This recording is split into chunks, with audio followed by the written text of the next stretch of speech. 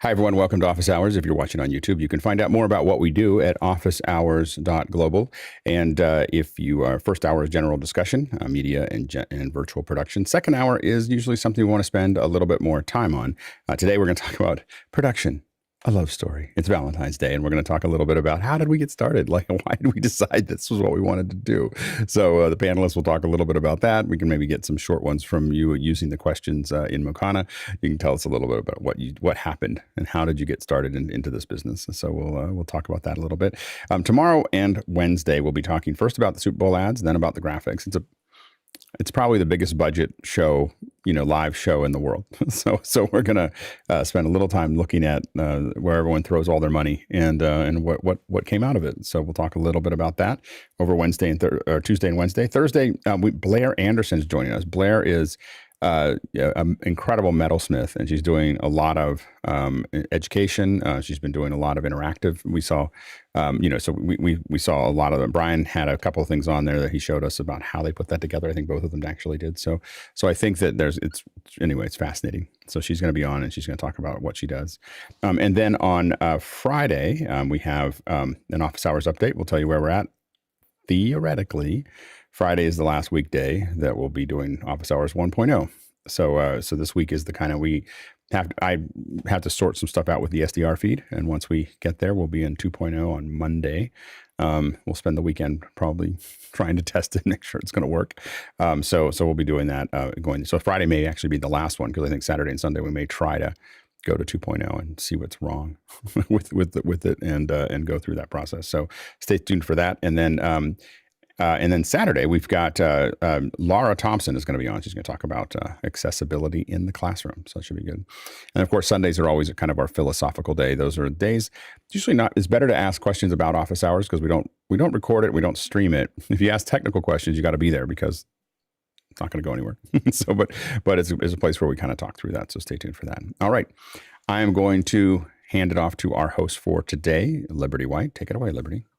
Greetings, everyone. Thank you so much for joining us. If you are watching on YouTube and you want to be a part of the conversation and ask questions, you want to hop over to officehours.global, where you'll get into our chat system and to our producers. You drive the show. So go ahead, send those questions in so that we can get this party started. And happy Valentine's Day, everyone. All right, Bill, let's go. Actually, Dennis, I think, is questioning today. Dennis, I'm sorry. Happy Valentine's Day. And the first question today comes from Richard Lavery. In our show last night at 1 minute to live, 14 minutes into the countdown, our ATEM 2 ME lost connection to all our controls. A switch restart didn't help. Direct connection to advanced panel also didn't work. A full reboot did. Any tips on solving the issue? Alex. We have had that happen in the past, but in the distant past. And what we did was actually reboot the panel.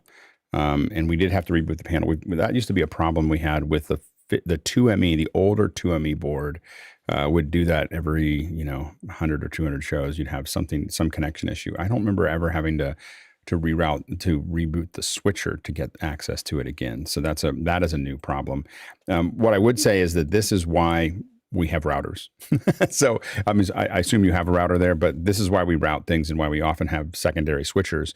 A lot of times it's so that I can hand it over to the other switcher or to just another signal for a minute, and then come back to the switcher that I have. So a lot of times for most of our shows, we have like a little 1ME switcher that sits there right before the encoders.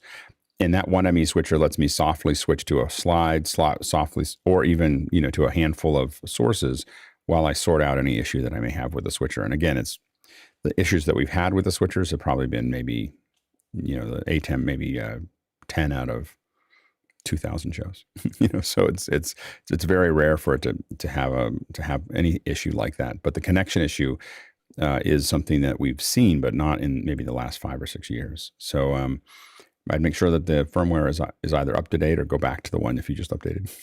Maybe something in a new update. So I'm not sure where that problem is. Okay, thanks. Next question. PJ Asher from Minneapolis, Minnesota asks, what is a good way for video creators to normalize dialogue? I see so many YouTube videos where the dialogue moves from practically unhearable to blasting my ears off. So true. Mitchell. Well, as most of our listeners know, we spend a lot of time in the beginning of our program to set everybody's level so that it's consistently loud, I guess is the best word to put it. And that's normalizing, and it's a pet peeve of mine too, but we use minus 20 LUFS. And that also happens to be the preferred level for most broadcast. So if you're comparing us to a broadcaster, they're going to be about the same. To get there, it's a technical setting that you have to set. So if you're in your editing system and you're setting it where you ultimately end up doing that, you can either use a plugin to do a normalization. You can use a Waves vocal writer. There's a lot of different ways. The only caveat that you need to be careful about is that sometimes you could be set at minus 20, for example, and somebody's louder than the other, and that loudness is a function of the processing on the audio that goes into it even before it gets leveled or normalized. And loudness is a function of the average level between the average level of the volume and the peak level. So when that shrinks down, it gets louder and louder and louder. So it's really, you got to use computer one to determine what sounds best. I've found that there's really no one plugin that just completely makes everything magically work. Bill? Everything that he said and more, it is a complicated thing because one of the aspects of sound is called dynamic range. That is the difference between the loudest things you hear and the softest things you hear. Obviously, you're listening to a symphony orchestra. The chime that the percussionist in the back is playing is going to be overtly different in its loudness than the huge bass drum. People who listen to music appreciate that and want soft sounds to sound soft and loud sounds to sound loud. If I'm yelling at you or I'm whispering at you, those are two different levels. And in drama, we want those to be different. Now, you get into this process of limiting dynamic range. One way is through the use of compressors, which you probably heard a lot about, and that lowers dynamic range, but it doesn't completely squash it. Some normalizers, what was just being talked about, some of them are very harsh and some of them are more musical and still allow for some dynamic range in that content. I'm a little wary of those one-button plugins that do it. There are some.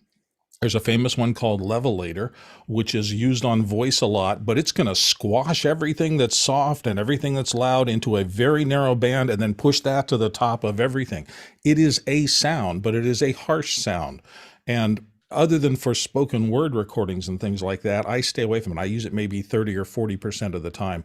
The rest, I think what Mitch was telling us is that you want to use your taste to figure out how much compression, how much bandwidth limiting you want to use, and try to make things sound more natural and not so artificially processed. Sky. And as an editor, I appreciate Mitchell's pointing out computer one, and I've had that quality control responsibility of writing the levels to find the balance. But then I've also had the great honor of handing it off to an audio individual, and that's their job. But to Bill's point, you want the rise and the fall, you want the highs and the lows, and that's the balance of the thing. And that's the whole quality control pass. And so my guess is they probably have left that pass out of the delivery, and they think, well, it's in the machine, it's good. And or there's the one plug-in solution, i.e. the normalizer, and then it all sounds the same, and then you're going to be bored in about 10 seconds. So true. Alex? Well, there's a difference between normalizing and compressing as well. So the normalizing will only just take you to zero. Like it'll just basically bring it up. If it looks at the highest levels, a typical normalizer, and then it'll just scale it up so that you have it sit there. It's not necessarily a bad pass to just run a normalizer through the system because it's just going to scale up your levels to where it needs to go. Then from there, to sometimes reduce some of those peaks and valleys, a lot of us will use some kind of compressor. I usually start at about a 2-to-1 compression and with starting at about -18 after I've normalized it to just kind of pull it together. And then from there, I oftentimes go through and automate a little bit. So just pull things up and down that are necessary if I'm really trying to tag through those things. So that's kind of the passes that I do to kind of get it to it. I will say I produce everything at zero. I don't look at LUFs. I for YouTube, I'm probably someone that blows your ears off, like, because I am at 0 dB, like, or negative 1 dB. I'm all the way up, because the number one complaint we get about live streams is it's too quiet. It's, because people can always turn it down, but they can only turn it up so much.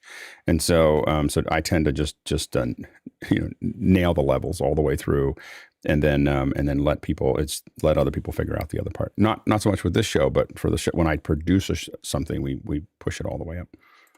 Now we need everyone to go do a video and put it out there so we can saturate exactly. YouTube, so everybody knows what to do now. Next question. Chris Fenwick from California asks, do we think that Dre was responsible for getting the Apple HomeKit set for the halftime show? John, John. Chris made an astute observation and made me proxy to show this little clip that he grabbed, and thought that Dre might have got a good deal on the set for the Super Bowl. Alex, I don't know how many of us looked at it and said, that's the Apple set. Like, that is, they took the Apple set. A lot of times, what happens is you see a producer will see some video and they'll sit in the back of their head of, oh, that's a cool idea. And then they probably had an idea of, like, how do we create this? And, it was in the back of their head. I wouldn't be surprised if the Apple set didn't inspire the sets that are there, because, it seemed like a good motif. A lot of us are, copying from each other all the time when it comes to shows. You see something that you like and it sits there in a file in the back of your head, and then you throw it in. Just waiting for that moment to pull the trigger. Yeah. Next question. Jerry Hoyle from Wesley Chapel, North Carolina asks, what speeds did Alex see from his Starlink yesterday? Alex. Yesterday was a little slower. I just tested it while we were watching these questions go by, and it's getting it after settling in a little bit. The downloads are good, 260 down. The upload is a little more disappointing. It's ranging between 5 and 10 megs up. So for what I want it for, it's not a great solution at the moment. But hopefully it will. We'll see it kind of. I'm gonna test it a little bit more in a couple different places around my house. I have a little bit of a place. One of the things that was interesting is I'm used to shooting at a satellite, geostationary satellite that is higher up in the southern sky. And that's usually what I'm looking at. Once I hone in on it, it's fine. What's odd about the Starlink is the Starlink looks straight up and it's just grabbing all kinds of satellites that it can see that are there. It's mapping those as it looks straight up in the sky. So any kind of occlusion for it is problematic. So I have a little bit of an occlusion from my house on my porch right now. So I'm going to have to go and find a better place to put it. And I'm hoping that that'll help increase the upload speeds.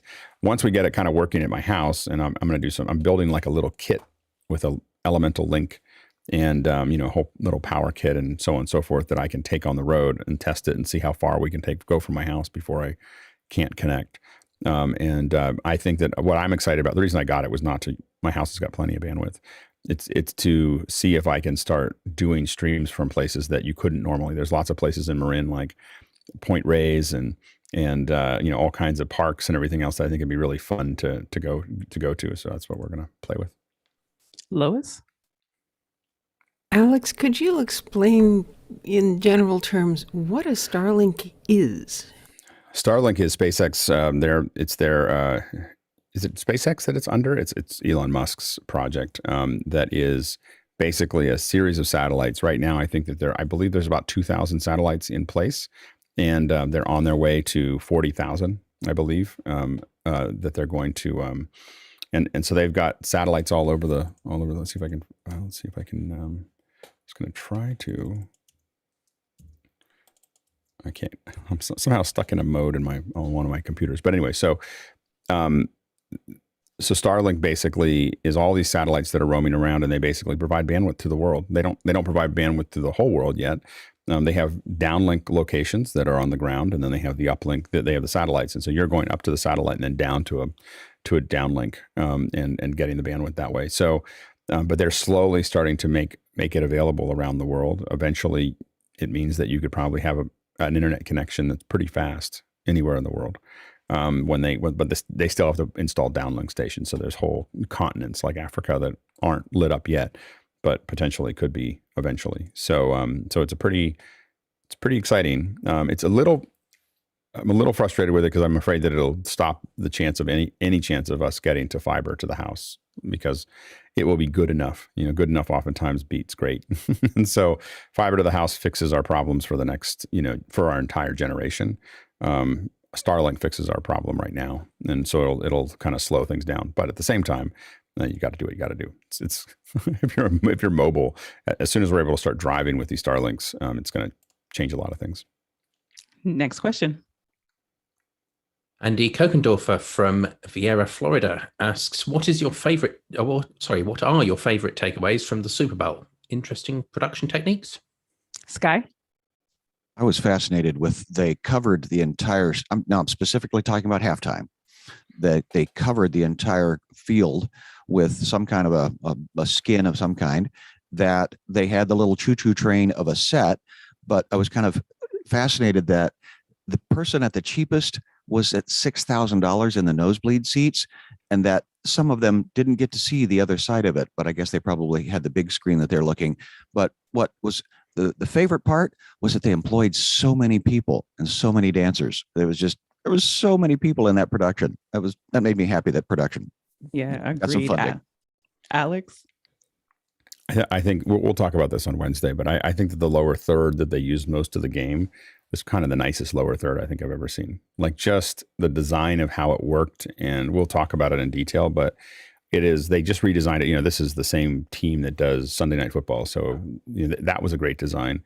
And this one just improved on it. It's just got nice little edges, and there's so, like, I watched it the whole game and was like looking at all the little details that they added, and it communicates everything you need to do. It's very it has form and function. Like, the function is I completely understand what's going on in the game when I look at it, and the form was really, really well done. Yeah, it was some of the best I've seen. John?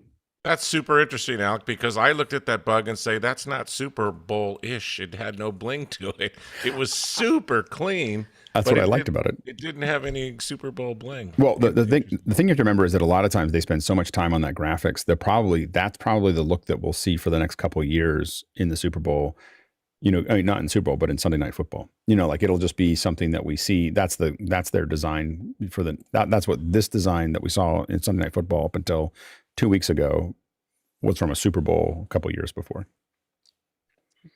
And John, was that what you wanted to say? Or was exactly what I wanted to say. Okay. Okay, thank you. Bill? Well, I was surprised. I watched the game, but I had to leave and come back to it. And I was a little frustrated by the graphics package in this respect. When I came back, I always wanted to get oriented. And they were in a graphics mode where I wasn't oriented. I couldn't tell which down it was. I couldn't tell how far to the first down. At some point, they were taking like 3rd and 15 and overlaying it on the field as a reality graphic, as opposed to in the same place on the screen all the time. So every time I came back in the room, I had to search for a little bit of time. And normally when I'm watching football, I always know where those core stats are. And it appears to me that they move them around sometimes during the game, and that was a bit disorienting. I like the way they did them. It is spectacle graphics, so I thought they were, all the recreation of a little piece of the Coliseum and popping people's heads out of that. That's all fun. I enjoy the visuals of that, but I did have trouble as a casual walk through the room observer orienting myself as well as I have for other football games. Mitchell? I thought they did an excellent job of filling every square inch of real estate with some kind of graphic where there wasn't a player, and they're getting right up against and eventually maybe the players will be irrelevant. But I agree with Alex. I thought the lower third was nice and easy to read, easy on the eyes. And I agree with Bill. I think it's hard to get your bearings because there's so many things dropping and flying and buzzing and zipping. I think graphic artists for the Super Bowl will get hired on the basis of, I found a new way to put a graphic in. Got it. I will say that actually I had to go back and look at, and I'm going to speak to the halftime show because I was very critical last night on our after hours of how short it was. But when I actually went back and watched it, the musicians, I have to say, just the music sound, the live musicians were phenomenal. And they just looked like they were having a really good time up there. So as much as it was really short halftime, but just seeing people that I grew up listening to was really good. And Bill and Mitchell. Well, Mitchell. there was a lot of chatter this morning that it was mostly lip sync, and I'm forgivable about that because it is almost impossible to sing live in a stadium kind of sound system and get a decent monitor mix out of that. But people were talking about, like, at the end of Eminem's, he stopped rapping, and it still kept going. So I think there were some keys that it wasn't as much live performance. I think a lot of those artists who are fabulous artists and know exactly what they're doing can pull off as well as any human being on the planet. So the musicians, like the band was It's it? all tracks. I hate to tell you that. The band's all tracks. Yeah, it's almost impossible to do that Band's live. always tracks. Yeah. Well, then they were really good at letting me think. Oh yeah. All of that energy. Mitchell. I thought they did a great job with the casual music in the background. I heard the Isley Brothers and It's Your Thing, and I said, yeah, that's cool. Next question. John Foltz from Selinsgrove, Pennsylvania says, I have Shure SE-215 in-ear monitors. They sound great, but that plastic capsule is too big for my ears. It's uncomfortable. Suggestions for smaller IEMs with a budget of around $100. Jason.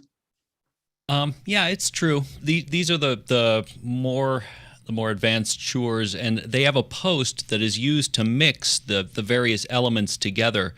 The ones that I would suggest with a shorter post and kind of a smaller in-ear package would be the Sennheiser IE40 Pro. I think they sound good, and they're much smaller. They're plastic instead of super hard resin. And yeah, give them a shot. Alex? Yeah, I don't know if these are smaller necessarily. The ones that I'm using right now are the Linsol KZ ZS10 Pros. And they're very comfortable for me, but I don't know if they'll be comfortable for you. If you want to go a lot smaller, you can go to something like an Ear Hero, which is going to be $150, so a little bit more than your $100, but it's a lot smaller. It'll probably fit into the smallest ear without too much trouble, but it's a very low profile, usually used for security. It's not something I would listen to music on necessarily, but it is for an in-ear monitor. It's pretty good. Lois, you're muted. Thank you. I got these and the M6 Pro by Me, M-E-E. I have found very, very nice. This is my first set of things that weren't just earbuds. And it came with a whole lot of different things that you can put on the thing. And there's a soft, squishy one, which can get really small. And so I like them. Thanks. Next question. Jill Hill from Wilmington, Delaware asks, what were your favorite Super Bowl commercials? Alex. The Coinbase. Yes. Coinbase. It was minimalist. When the whole world's going left, go right. And Coinbase put up a QR code dancing on the screen, and the only thing that they made a mistake of is that they didn't build enough infrastructure to manage it. So evidently, it took the app out. Yeah. They crashed. Yeah. So they were unable to. So it was so popular that I don't know what that number was. I mean, because Facebook crashed for the Foo Fighters as well. So it just may not be enough. So it may not be enough servers, but they really should have been ready for scale. That's where, if you're going to do something in front of 100 million people, you should be ready. But I just thought it was masterful. It was the most expensive screensaver ever made. John. I love the crypto. I love that one. It was great too. Everybody in the bar was trying to scan it as it went down the screen. And was everyone going like this? Like that was like. What's really funny is I really enjoyed the Schwarzenegger one. And everybody that I talk to remembers the Schwarzenegger one. They can't remember what the ad was about. They just remembered how great Schwarzenegger was. Nostalgic. Little pony. What was it? What was that little goat? What was it? There was like a tiny. That was a unicorn. Oh, a unicorn. That was it. It was Pegasus. like tiny, like just random unicorn walking through. Yeah. Mitchell. That was Pegasus, by the way. I hated that coin bank big, whatever the heck it was. It was just annoying and not even historically interesting for Pong. I said, these guys have taken it way too far. And you know what? We're all producing people. We're producers. Why would we promote something that probably costs 29 cents to post? Oh, no, I bet you that was because expensive. the ROI was ridiculous. There have been tweets that have said QR codes have made the greatest comeback in the last 2 years, and we saw that with the Super Bowl. The only one that would have worked with was if you work at QR. Sky. No, marketing did exactly what it was supposed to do, Mitchell. It got the audience. So you're talking about the creativity of it. That's not what advertising is about. It's about driving market share. And so consequently, that, to Alex's point, they took a left turn wherever it was going right, that they were the one that stood out. And yes, that was the one that I was going to say. And yes, each of those ads averaged $6.5 million a 30-second spot. To that point, that's the cost of buying it, not the cost of making it. That's just the ad space. Yeah, that's just the ad space. So in the ROI of a thing, Mitchell, they probably got their most bang for the buck. Now, what it cost the Schwarzenegger was probably millions of dollars, and is now, to your point, you don't even remember what the ad was, and Alex didn't understand the story of the little pony. No, it was a part of the myth, because that was Zeus doing the whole electric concept. But I only knew that because I watched the making of that. And so, did BMW get their money and their bang for their buck? Maybe. They got Schwarzenegger. And Coinbase did. It cost $0.25. It didn't cost $1.95. And I just want to say one thing. How do you feel about the? Let's let Alex. All I was going to say to Sky's point is that this is a clear thing about ROI. He's right on the nose on the ROI, because when you see an ad that everyone talks about but no one remembers what it was, that's great for the ad agency. It's great for the agency that designed it, because they'll get awards and they'll get notoriety and they'll put it in their demo reel. It's just not good for the people that paid for it. Whereas Coinbase was all about ROI. It wasn't that they didn't save money. I bet you that cost $500,000 to $1 million for them to figure out the creative of exactly how they were going to do it. There's probably a bunch of meetings. There was a bunch of stuff. There's probably 1,000 ways they closed that commercial and everything else. There was nothing about it that was cheap. It was literally that we'll get people doing something. And it was just a masterful use of the medium. For 100 million people to observe that. Yeah. I thought my TV crashed when it came on. There you go. Junaid? Yeah, the Coinbase commercial was awesome. We're just sitting there watching it, and my son's like, Baba, capture, what's the QR code? And we're just sitting there.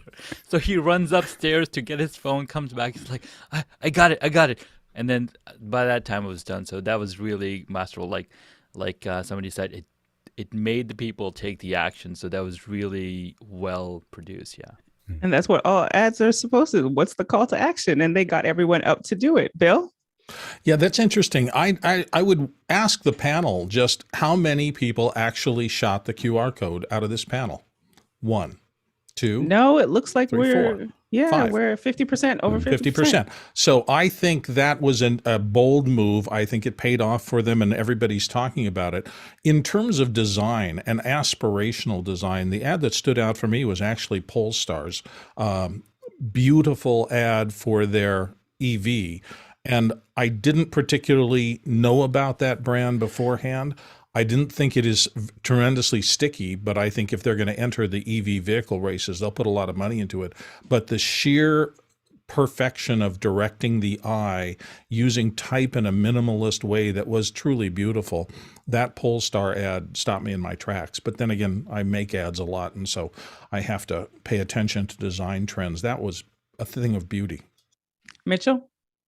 Bill, thanks for bringing that up, because there was other commercials that ran, and a lot of them had production value, like the Budweiser Clydesdale comeback made me cry. The coin spot did not make me cry. And and this is why we have our panel of diverse opinions and ideas.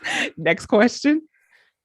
Lois Richter in Davis, California says, Chris, please explain your mic chain lower third. What is it? Why did you make it? And how is it used? Chris? Hold on, I need to raise my hand. Okay, my hand is up. Thank you. The lower Fenwick, as it has been dubbed, not by me, by I want to point out, the idea came up when we started trying to. Here's what happened.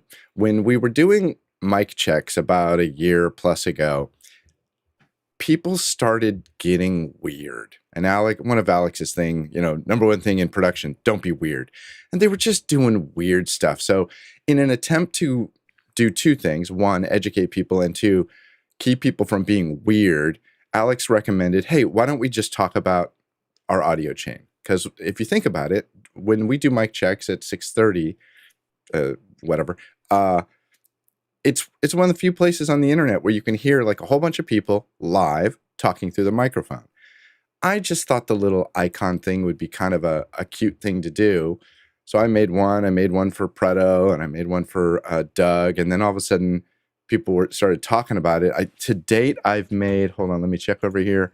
I've made 86 of them, and I'll gladly make them for anybody who wants it. But it's just a fun little thing. But it is an educational moment, because when I do a mic check, you know that I'm using, a little Neumann microphone. I use the noise assessment, blah, blah, blah. You get to see it all. So that's the whole point. I just modified Mitch's this morning because he got one of those fancy schmancy little mute boxes that Alex has. And I think I'm going to be making one for Lois when I get her audio chain information.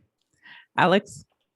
I think it's just Chris's way of gathering everybody's chain so he can learn from everybody. Everybody tells him how they're connecting their system I'm together. also behind all of the facial recognition software things that you download on the internet. But that was my initiative. I'm working for the China, Yeah. It's a giant conspiracy.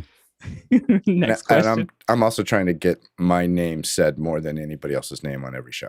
Benwick. I think you're successful. You've been successful. Next question. Peter Belbin from Houston says, Alex used to use a PR40 mic, I believe. What's being used now and why the change? Great question. Alex? So I like the PR40 a lot, and I've used it for years. But the mic that I use when someone asks me to do a voiceover is the Neumann, the TLM 102.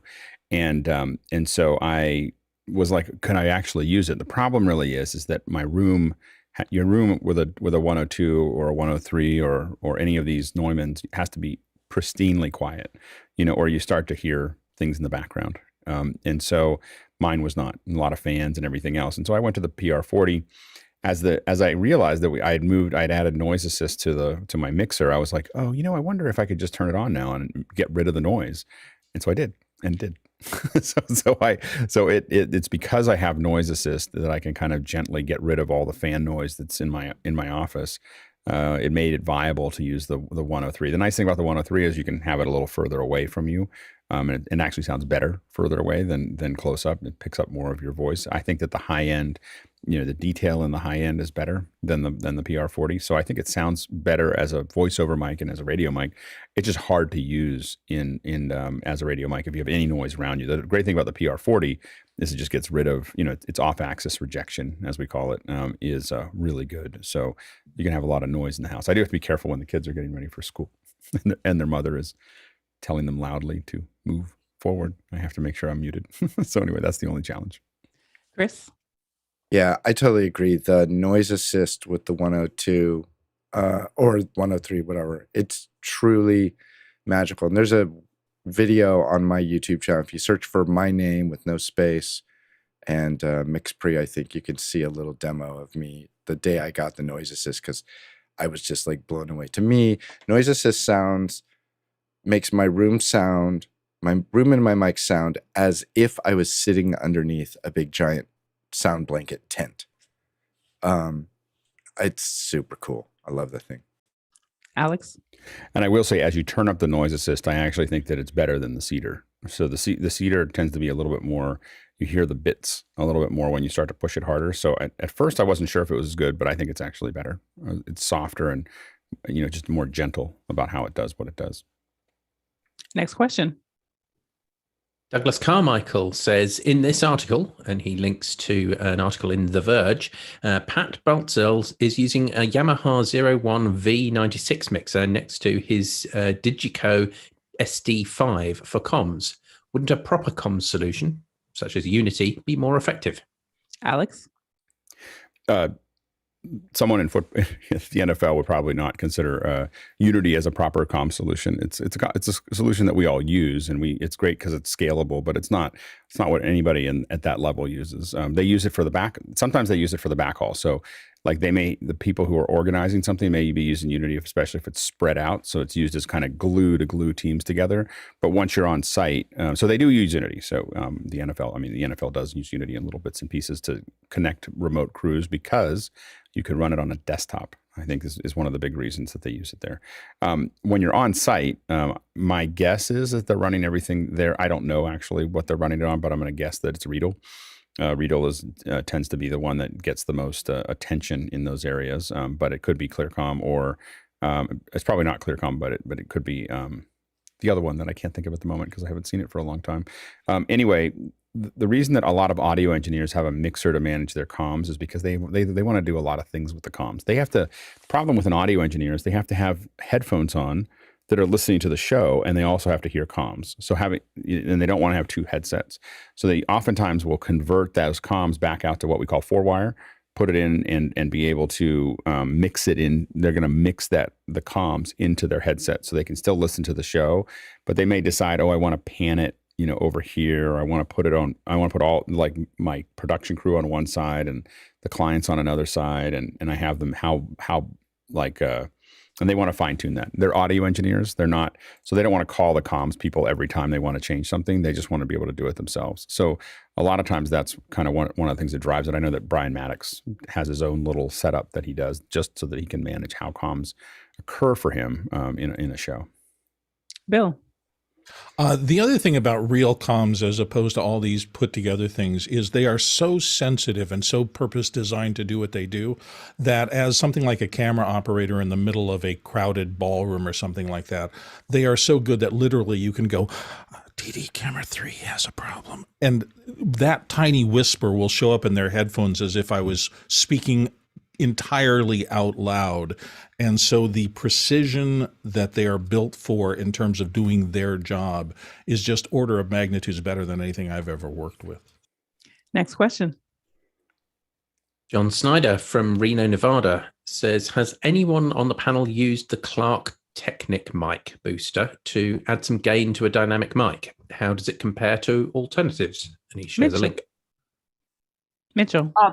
I have not specifically used a Klark Teknik, but it's part of a family of devices that seem to be out. I think one of the first was Cloud Lifter, and what they do is they just provide a hotter level from a dynamic mic, which generally doesn't have a hot level, versus a condenser to get a little bit easier into your preamp. For example, we're having a little difficulty when we start off our show setting levels to -20 left. Some of the dynamic mics are just a little off, or the condenser mics are off because they've reached their maximum volume.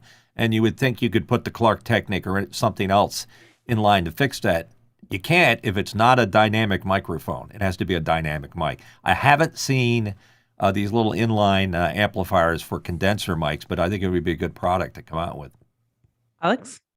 Sound Devices MM1. That's the thing to use. So I've owned a lot of them. They're more expensive than the Klark, and they're worth every penny. They're going to take your mic input and they're going to convert it to a line output, and they're going to do it with a great. They have a limiter built, an analog limiter, high quality limiter, and preamp. The problem with these little lifters is they have at $35. The OEM of the preamp into the MM1 costs more than that. Than the whole device. So I think that it's the MM1. If you want real quality, the MM1 is the one to use. Bill.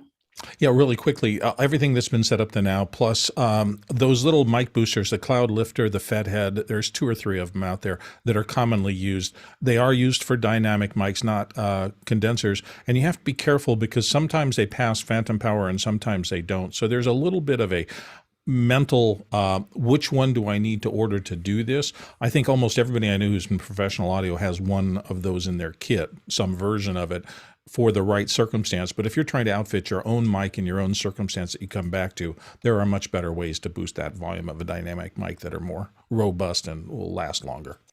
Next question. Eric Parmel from Columbia, Missouri says, during the Super Bowl halftime show, they used several 8K 360 VR cameras for a second screen experience. What type of video switcher would you use for that? Alex? I'm going to guess that it's probably a software switcher, and I don't know actually which one that they're using for that. If they were able to get the SDI out, HDMI, and then convert it to SDI, they could theoretically run 8K into the ATEM switcher to do that, because the ATEM switcher is an 8K switcher. But I don't know. We'll do some research on that. I probably have some folks I can talk to about that and figure out what they were actually using. But I think that it was interesting to see. I don't know what people thought of the 8. I did jump on the app. So what happened here is that there's another QR code for the Pepsi app, and you'd point at the Pepsi app, or you downloaded a Pepsi app from Pepsi. What was interesting is then when you went to the app, when they said go to the VR experience, it sent you back to the web. So you went through the app and then back to the web to see the streams. And I think that they showed all the problems that we have with 360 streams. so there's lots of stitching issues. And generally, most of the cameras were too far away. You can't really be more than 15 feet away from something in a VR camera and have it be really, super compelling. And now I don't know whether there was also an 8K 360 experience that was on Oculus or something like that, but on the phone, you didn't really see it. You didn't really see the resolution. It could have been 4K. I probably wouldn't have known the difference. What would have been a better shot? Because we were all in after hours, and I jumped on it as well. And just your comment about how far, because there was like overhead, there was seeing the crew behind, and 5.5 feet, 10 feet away. Like that. Okay. That's the shot from the subject that you want to cover. It's 5.5 feet, 10 feet away. We did that. We did it for we streamed both the Republican and the Democratic National Convention in 2016. And one of the things that we did in the RNC was put a Ozo, right? If you actually go back and look at those proceedings at the very end, when the winner won, you'll see an Ozo sitting right on stage at one angle at about 10 feet away. And and it was, by the way, if you're wondering how much time it takes to get Secret Service to let you put weeks, 6 weeks of going back and forth and them scanning over and over again. Because when you put an Ozo through an X-ray, it looks like a bomb. so so it makes everybody super nervous all the time. And so and we had to put it up on the commercial break. So but it was some of the best footage that we've shot with the Ozo from just a pure technical perspective, because we were right on the edge of the thing. So when you looked over the edge, you could see the reporters all shooting up at it, and you saw real dimensionality within the stereo. So from a technical perspective, it was great. It's not footage that we get a lot of demand for, now, but it was from a technical perspective, it was a really good shot. Got it. Next question.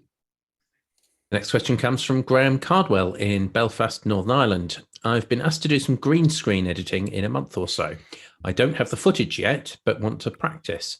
Are there any good sources for sample green screen video that I could access for free? Erica's class from the education hour on Saturday. Sorry, Jason. Oh, Graham, the moment I saw this, I immediately, warning bells started going off, and I'm thinking, no, he's going to be effing to edit things, the green screen that he didn't light and that he wasn't present on site for. That just gives me the heebie-jeebies. I don't know how you're going to practice it. You got to be able to pull a clean key, so I think your best bet is start learning to light green screens and talk to whoever it is who's going to be shooting this footage, and hopefully get with them and get some previs, get a little bit of information beforehand, or if not, you've got a good chance at being in a world of hurt. John? So for practice, I used to go to Envato. Okay, there we go. My computer crashed. I had to reboot. Envato has tons of green screen content. And I got to say, the new 3D keyer in DaVinci Resolve 17 and Edit is fantastic. You used to have to pop over to Fusion to do a Delta keyer, but the new 3D keyer, one button push on DaVinci Resolve 17 is fantastic. Bill? Yeah, I'm going to do this really quick because Alex will have a lot more to say about it, and he'll be far more technically correct. But this is a tough thing because green screen success has so many elements in the mix for that. The camera you shoot, the compression you shoot with, the lighting plot, those things have as much to do with the green screen as the back end keying. I know they have far more. So without shooting carefully and correctly, the best keyer in the world is still going to give you suboptimal results. But let's let Alex talk about it because he knows a ton about this. Alex. Yeah, just as a note, as a warning, is I charge twice as much if I don't get to shoot it because it takes me twice as long to do it. So I literally will double the price if you don't let me shoot the footage, because most people are really bad at it. And so basically, what you want to do is look for bad green screen footage, not good green screen footage, because what we had a problem with is that we shot footage all the time that was pristine, and so our whole staff didn't know how to key bad footage because they were just used to touchscreen. And you get every hair, and so learning how to work with poor green screen is what you're actually looking for. The big thing is that what's going to get you is the only thing that really matters is the hair. So the hair is what matters when you key something. And what a lot of times now, good keyers might be able to grab some of that data. If we're really in trouble, we cut the head out, like with a mask, and we key that, and then we key the body, and we can push the body harder, because a lot of times your fall off is around the shoulders. And you can pull it and do that. The other thing we can do is, and probably I might have some tutorials, is we'll build what we call a procedural garbage mat, which is that we pull a key and then we grow it using a min or max, grow it out, and then just key the area right around them. And that's going to help you. That garbage mat will help you not have to deal with all the colors. You only deal with the colors around the edges. So those are a couple of ways that we kind of go into it on a bad green screen. But my guess is if you're getting it, it's going to be a bad green screen. The other thing you want to do is, if they haven't shot it yet, get them to shoot what we call clean plates. So have them shoot the green screen with nobody in it, and then have them come in and sit down and do the shot. And we'll do that for every single shot we do, because you can use that clean plate to correct the green screen and get a more even green, and then do your key. So the clean plates are really useful. Junaid. Yes, green screen practice footage. Jason mentioned, or John or Jason mentioned, Envato's got some source footage. Again, those are clean ones. Alex had a really good point. Find some really bad green screen that's going to help you. There's a gentleman over on Instagram, Peter Quinstagram. He's a video editor and motion designer. He's been shooting footage on his smartphone with green screen. He's actually did one with Will Smith recently, and he's done these looping videos where you see him walk in, so he's doing a lot of green screen stuff. He's got some really good techniques in there. How he's doing it using he's using After Effects and letting After Effects study the entire footage so that you can AI will help also. So just practicing any which way you can would be the best way. Thanks. Next question. Jeremy White from Virginia says, Alex recommended having a second video mixer for fault tolerance when answering Richard's question. Would you recommend having 2 switchers before buying a 2ME switcher? John? So we don't do any on-site production. We only do digital first stuff. And what we do is we have 2 TDs. Both have exactly the same content, and one guy automatically takes over if the other guy dies, and it's happened several times to us, and we don't miss a beat, and it works fantastic. Alex? Well, I would recommend two MEs, but or a 2ME and a 1ME as a backup. The main thing is that the problem with the 1MEs and the smaller switchers is that unless you're going out and going back to SDI and then to HDMI or whatever, you don't have any super sources. And so if you don't get the 2ME is kind of the lowest level SDI switcher, I believe, that has a super source, and a lot of us use super sources all the time. That's kind of the multi-frame setup that you would normally see. So I think that's the real challenge. I think that when the new ones come out, we all think that there's new ones. We don't know, but we think that there's going to be a new 1ME and new 2ME that are going to be coming out someday soon. We all assume that we're going to get super sources in them as well, and then that calculation might change. Next question. Douglas Carmichael says the DiGiGrid IOX, which is a 12-input SoundGrid audio interface, went from $1,849 in 2020 to $3,199. Could the chip shortage be the cause of said dramatic price increase? Alex? 100%. So 100% that's what's happening. They are a lot of hardware just has to move because they literally will sell it at a loss if they try to maintain the prices. And so this comes back down to the ATEM fire that happened in 2020, but it's just rippled through the entire system. And so there's lots of other pieces there. So it's 100%. Bill? Yeah, just very quickly, not just in equipment for production, but also my brother-in-law had his car stolen about 2 months ago, and he walked on the lot to replace it after the insurance settlement, and they said, just so you know, we have an $8,000 fee on top of things, and it's not negotiable, and that's over the sticker price, and that's where we start. And they just don't have, and it's, again, they can't get chips to put in the computers for the cars, so there's very few cars out there. So supply and demand means the prices just skyrocket and you have no recourse. And he barely was able to get his car replaced because of that. Next question. Douglas Carmichael also has the next question. Are there any 1/4-inch patch bays that are straight through without 2 rows of jacks? Hosa makes a 12-point XLR patch bay, and there's a link, but I'd be looking for a 1/4-inch connectors for synthesizers. Douglas, it looks like we might have to, and Alex. It's still the same. All I was going to say is that I tried to research it too, and I actually have never done that. I was just like, that was a new question. I was like, other than, they, without 2 rows, I mean, usually all the patch bays that we've seen are generally 2 rows of 1/4-inch throughs. And so I don't, that specific requirement, I think, made it difficult for me to find anything. Well, it might be a good Discord question too, Douglas. So pop that in and we'll see if we can get that answered for you. Next question. The next question comes from Lois Richter in Davis, California.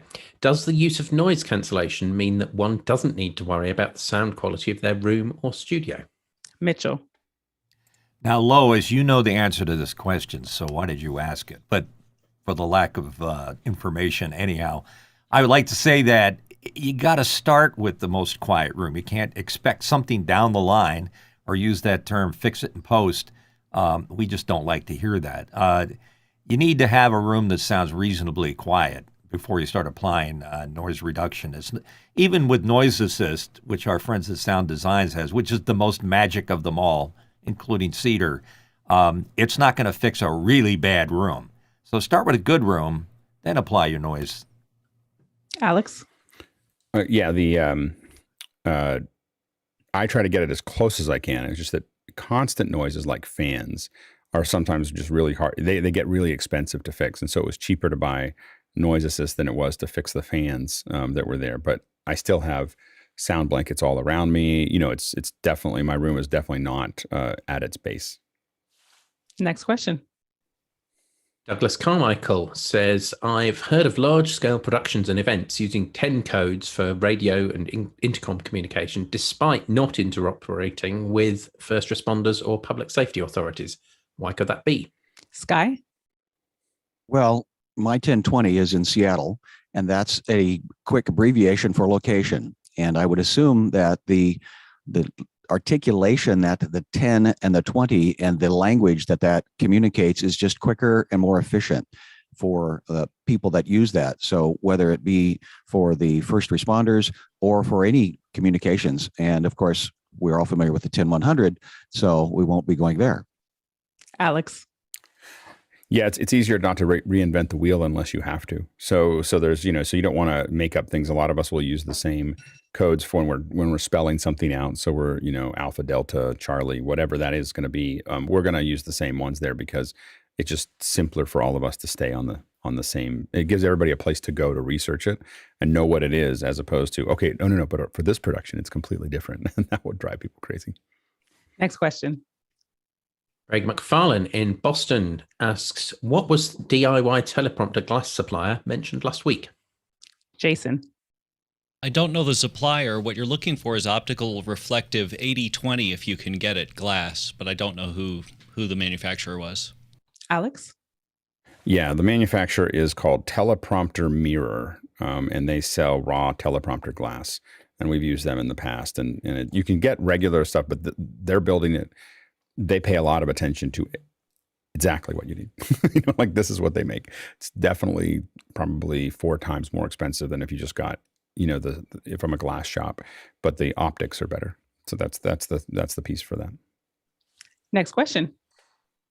Tim McCulloch in Wichita, Kansas says, what was the outcome of Alex's Starlink setup? Last I saw, it was set up moving and preliminary speed tests were variable. Thoughts? Alex? Yeah, so it's running, and we let it run all night, and so now it's settled down a little bit, but we're still getting kind of a slower uplink, and I think that might be the stations being overloaded in that area, in my area anyway. I'm not certain, but I think that could be the case because I'm surprised at how slow the uplink is, which is oftentimes 4 to 10, 5 to 10, those kinds of ranges. I haven't seen a lot. Every once in a while I see a peak. The downlink is like 200 plus on most tests at this point. So it seems to be getting to the satellites well. So I'm guessing that the satellite connection is working fine. It's the ground locations that maybe not are doing as much uplink as they could. Mitchell? Alex, I'm curious what the latency that you can measure, because it is a satellite and it can only go at the speed of light up to that bird. It's showing 55 to 70 milliseconds is what I'm seeing. And this is not using the speed test built into the app.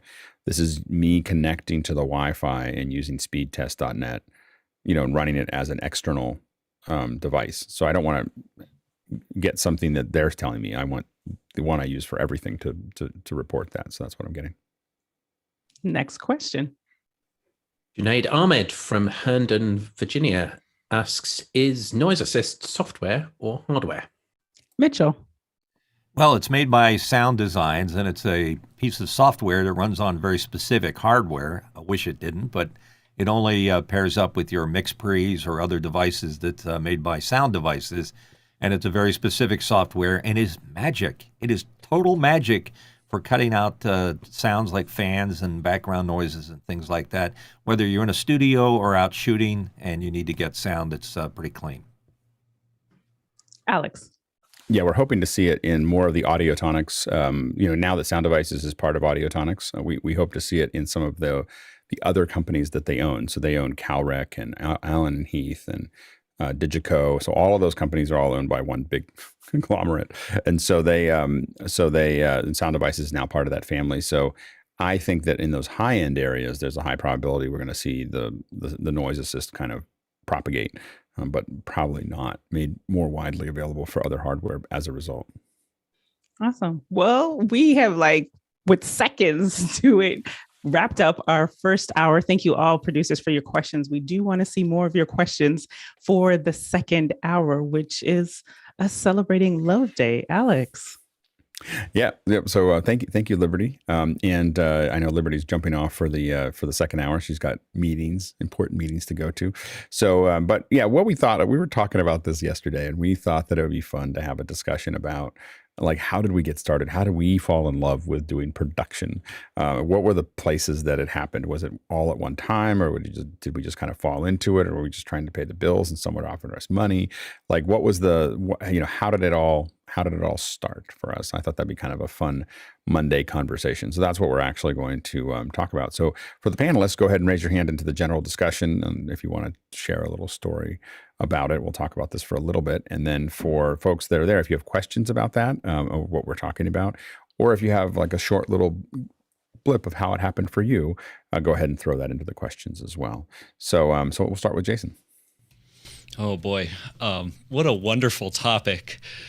My first love with respect to production started in high school when, as a teenager, I thought to myself, oh, I should have said that. And nonlinear editors were just the very perfect way to kind of craft a narrative and a story that I could get wrong 2, 3, 4, 5, 10, 15 times until I got it absolutely just right. And this kind of process of convergence, and we're talking about VHS, dubbing to get every cut exactly right, and little RCA jacks to add the music into the background, was just completely bewitching to me. Fast forward through high school, I was invited to something called, it's a terrible name, the Governor's Institute for the Gifted is what it was called in Ohio, where we were given college credit in high school to learn a TV editing studio. So, we spent a week in I don't remember which college it was in Ohio, but I got to learn how this was actually done from an analog workflow, and it was wonderful. Past college, and in 2014, I presented at NAB and fell back in love with the whole thing all over again, and kind of haven't looked back. So that's my short and dirty. Yep. Go ahead, Sky. Love, and survival. I mentioned that I was working at a theme park company in North Hollywood, and the only reason I was working there was because they had an entire 80 Macintoshes all hooked together, and I had been in the Macintosh since '84 when it first came out. So I was well aware, using it on the road with my theater company that I was traveling with. So I was familiar with the Macintosh, ended up at a theme park company, but then on the base level of the Academy building right there on Sepulveda Boulevard, it had a rental facility for Avids. And that was at the very beginning of one of the original nonlinear editing systems that was really taking hold. And so I could take my theater experience, translate it into the computer knowledge that I'd had, that turned into using these editorial systems and on major Hollywood productions, because it added a layer of control that the executives liked, because they wanted to be able to change and see different options. And so you were actually adding an entire facility or opportunity of what does it look if we do this or that or this in post-production, which was a luxury that was very expensive to do otherwise in linear production. So that was how I got started. And then I physically had to make a choice. HTML was coming out, and I thought, well, I could learn this whole coding stuff of the internet, or I could learn editing, or I could learn producing. And I realized that the producers had to deal with executives. And editors sat in a dark room and lived other people's lives and got paid twice as much. And because I was supporting my family, I went for the money. Yeah, so for me, I guess I raised my hand forgetting that I was going to be host. But for me, it probably was kind of inevitable. I mean, my grandfather was one of the first 100 people to get a license for a ham radio, and so when I grew up, there was electronics everywhere, and he was soldering and showing me how to do it and teaching me Morse code, and so I grew up I got he gave me like a crystal radio set when I was like 6, to like, here, build this, so I was kind of embedded into it. I started programming graphics when I was 10, and in a TRS-80, like little weird little things that went across, and Apple IIe, and then Macintosh, and then PCs, actually CAD. My uncle was an engineer, so a lot of the stuff was like stuff that I all through high school, and then after that it became really like I just inserted myself by usually offering to work for free. So I walked into a radio station, said, I'll sweep the floors for free if you just let me be here, because I love radio. And then within a couple of years, I was the morning show host and production and production manager or whatever, and program manager. And then everything was like, oh, I'll walk in, I'll intern somewhere, I'll do this, I'll make a little bit of money or no money, just to get my foot in the door, and then I would grow it into something else. And so that was pretty much it's just a very hard ladder until I got to, I lived in a lot of basements for my love of doing production. I lived in a lot of basements until I ended up at Lucasfilm. But before that, later I went from a basement to Lucasfilm in one step. So it was a lot of, I wouldn't recommend that process for most people. It's pretty, hard march. So anyway, that was my story. Go ahead, Bill. For me, I'm a good example of that John Lennon line, life is what happens while you're busy making other plans. I would set off on a direction when I went to college, and I thought I would be a music major, and I was in conducting classes and studying the structure of music and learning what a Picardy fifth is and things like that. And I got a part-time job working in a nightclub spinning records. And I started exploring all sorts of various genres of music, thinking that was going to help me in my school studies. It didn't, but it got me into performance and really deeper into music. So I thought, well, radio might be a good thing. So I always had a decent voice, and I started doing voiceovers, had some pretty substantial success in doing that. I started getting a lot of calls for that. That led me into radio. I spent time first on the air, as most people do, doing overnight shifts. Then I became the production director because I took that curiosity about the production process and started making commercials out of it, and spent about 2 years as a production director in a pretty big radio station. That was fascinating to me. Then one year, two things happened. In '84, I got my first Macintosh, and I started paying attention to typesetting in that part of the world. And that moved me closer to the advertising side of the world.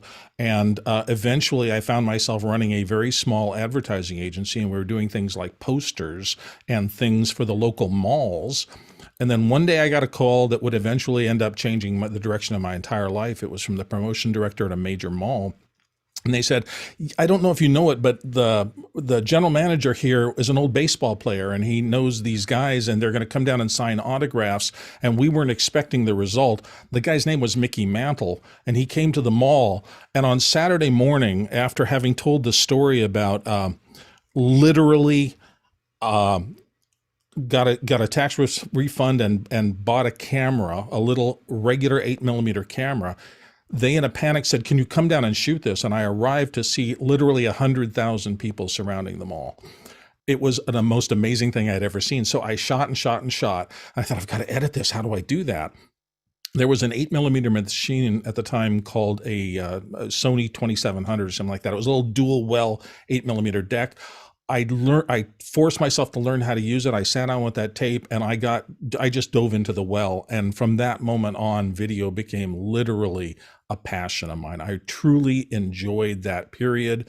We got more work based on that first thing. And the next thing you know, we're running an agency and we're doing mostly video production and things like that. That's when I started really studying editor. But it's interesting because all of those things that I had done separately all end up in the edit suite. You really do have to understand audio. You have to understand video. You have to understand typography. You have to understand flow and presentation, which honestly I got from the DJ years. So really, you never know what skill sets are going to come together and mold into the thing that actually you find out makes you happy creatively. So that's kind of my story. Absolutely, John. I was the kid that ran the projector in grade school and in high school. I'm sure there's a lot. How many people worked in AV in high school? Yeah, I think a lot of us. Yeah. And that led into my degree. I have a degree in electronics and one in business because I knew I wanted to work for myself. Got out of school, started serial different companies, and I always had to present. I always had to set up the room with the cameras because we did a lot of streaming in the mid 90s. We were early on the bus, right? And so I was the guy that had to set everything up and then go up on stage and speak. So it was super exhausting for me because I was the only one that knew how to run everything and go present, and did that around the world for the last 6 or 7 years in the crypto space, doing large presentations. My last one was at the O2 Arena with 6,000 people, and I had to help with the production and speak in front of that audience. It was exhausting. Go ahead, Mitchell. Yeah, my story, let's try to embellish this a little so it's interesting. When I was 13, I was struck by lightning, and ever since then I had an interest in all things electronics. But in my case, I was doing radio when I was in high school. I was sort of like a local phenom because they could hear me on the radio, and I was doing it. And the one thing that I think all of the radio guys here would say, radio teaches you everything because you have to do everything. You have to do production. You have to be on camera. If you're doing a commercial, you're always behind the microphone. You're learning how to splice tape. Oh, that's the old stuff. You did all those things. And back when... Is this a yup moment yet, Alex? Just want to know. No. I was giving you a sound effect of what every time we had to cut to a beat when we were doing commercials on you would go you would find the beat, you'd hit it, and then you go back and you go yeah, and then you're right in the middle of the beat, and then that's where you cut. And we used to scratch records too before it was popular to scratch it because you had to find the cue point where the song started. But anyhow, the point is that we all aspire to work at a big radio station in Philadelphia because of where we lived. And I had that chance eventually in the 70s to work there. And I was at the top of my game. I remember sitting there in the control room. Okay, it was WFIL back in the day. I was a boss jock. And it was like one of the top jobs in the country. And I'm sitting there in this room, the engineers and the other guy, I'm turning the microphone, I'm talking. I said, pinch me, this ain't happening. So I managed to get a dream come true. And eventually they decided they wanted to change formats. So I got canned from there. And then I stood around, looked and said, what am I going to do now? I worked for 8 years to get to here. Where can you go from here? And I realized that the radio business was very transitory and you're only good as the last ratings that you had. So I decided to start my own studio. So I started with audio because that's what I knew. And I fell into, I won't say it was out of talent, I just fell into some very big clients like DuPont and a local production studio here that needed what I had. And I did very well for about 10 years. And then I started getting kind of antsy and I went into video because that was the next big thing. And I became friends with some people that owned a company called Data Translations. And they were the people that were going to be hired by Avid to create and make the boards that they would put in your computer so that it could do nonlinear editing. This is in the early days. But then they decided, hey, heck, we're going to just go out and do this ourselves. And that company became Media 100, and I had a chance to put a lot of input into the GUI and the utilization of it. And then I found, hey, this is cool. I like this. And now you can put video with audio, and it works great. So that kind of led to a lot of other jobs for me and continues. But I'm kind of a jack of all trades. I can't really pin it down to one specific thing. Yeah, I got an audio background. Yes, I was there at the beginning of nonlinear editing. But today it's all about the internet. So that's where I am now. I think a lot of us are jack of all trades. Like I think that we know something oftentimes, some verticals pretty well, but I think a lot of us that are really passionate about this have been we've bumped from one thing to another, like one opportunity to another, and just kept on going. Go ahead, Lois. Well, I think that some people have touched on the fact that whatever you learned in your life, when you get to the next situation, that's what you've got to draw on to do whatever it is you're going to do next. So I was not the nerd who was into technology. I was the photographer. And in 1992, our little local community had a cable network and they did training on how to do a show. And I thought, well, that might be fun. So we did that. And I learned how to do the techie bits a little bit, but I learned how to produce a show. How shall I put that?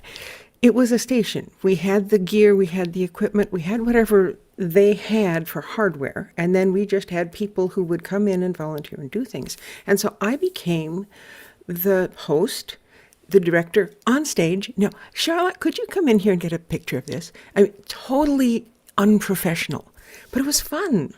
And then when the radio station came on, I switched to the radio station, and I am not a professional with all this technology, but whatever you have to learn to do to be good enough to make it in whatever you're trying to do, that's what you have to do. So that's me. I'm eclectic and I'm learning new things every day.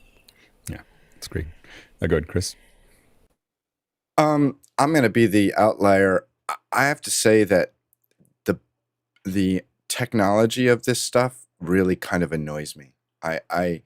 I didn't get into this because I enjoyed the technology at all. I got into this because I liked being able to craft, I won't even say stories, but experiences. And I found it frustrating that I didn't know anybody that could make the stuff work, if that makes sense. And I was kind of pushed into it by a teacher. But I will also say, for the interest of time, I will tell this story in much more detail on Tony Mobley's show Wednesday night. So this Wednesday I'll be on Tony's show. But I'm not a big fan of technology. It kind of annoys me, to be honest. Go ahead, Dennis. My very first production was when I was 8 or 9, second year juniors. My teacher had been a radio presenter, and he did actually teach us splicing tape. Not that it was ever any use to us at all, but it was the school's 40th anniversary. And so my class made a video celebrating the 40th anniversary of the school. And I was one of 2 people who were interviewing old head teachers and so forth on camera. And then we, with what limited equipment we had at the primary school, edited that together. Funnily enough, my second production was at my secondary school doing the centenary video for Southern High School for Boys, where I was the cameraman, and we actually went to a proper edit bay to edit the whole thing together. So that was my first experience. That's great. Sinead? Wow. I really went into it for the technology. Now, my very first introduction to cameras was when I was probably 10 or 11. My uncle was like, hey, if you give me $1, I'll give you this camera which had the film and everything. So that was the very first introduction to it. But throughout the years, I've been playing with cameras, playing with technology, and it was 2013. My wife's like, here's a DSLR camera for the anniversary. So that really got me into it, and I took courses. I learned every single thing that I could learn about cameras and how they worked, and met with people to do production.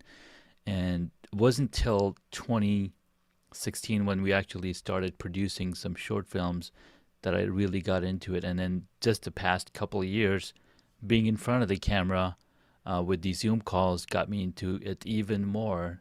So much so that now it's just been a blast, and building these relationships with the people that I get to chat with has been just amazing.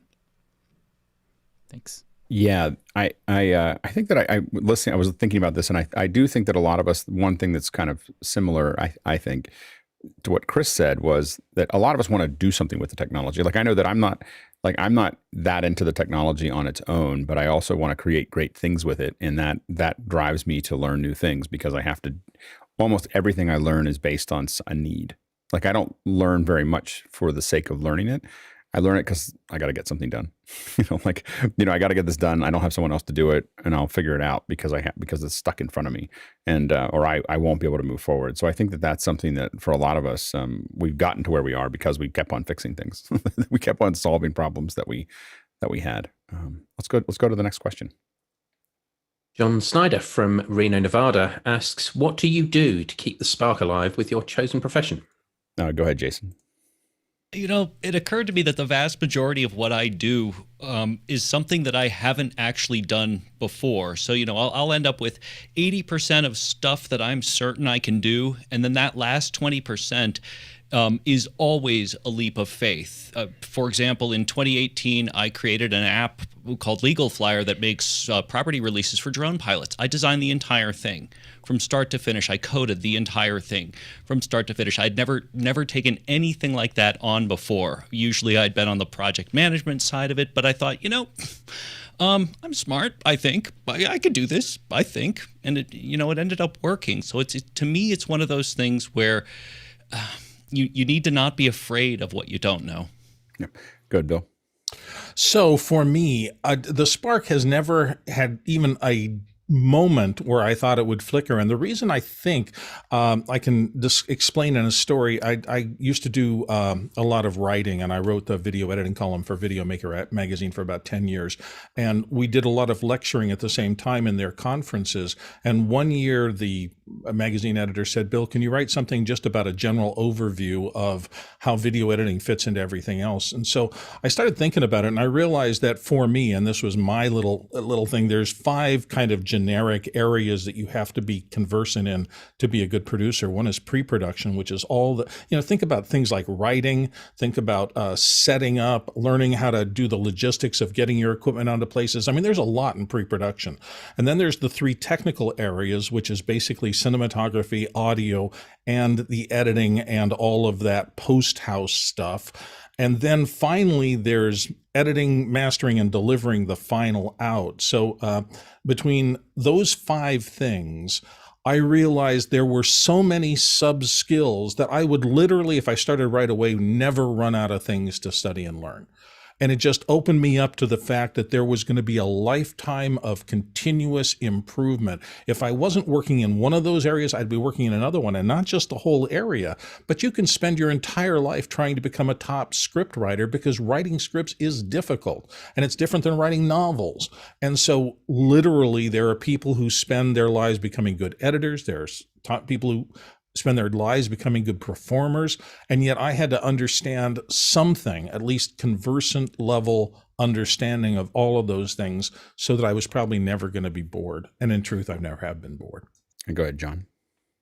Yeah, John, that's a good question.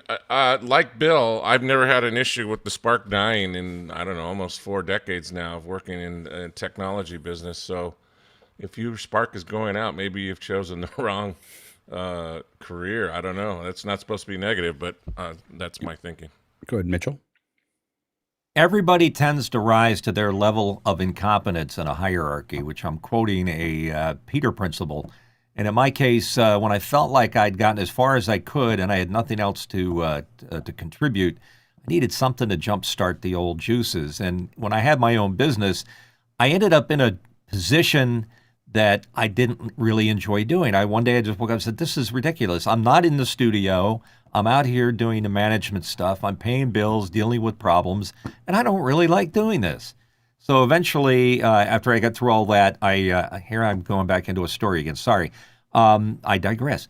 I decided that I would work by myself in my own place and sell the inventory between my ears. And I was close to retirement age anyhow.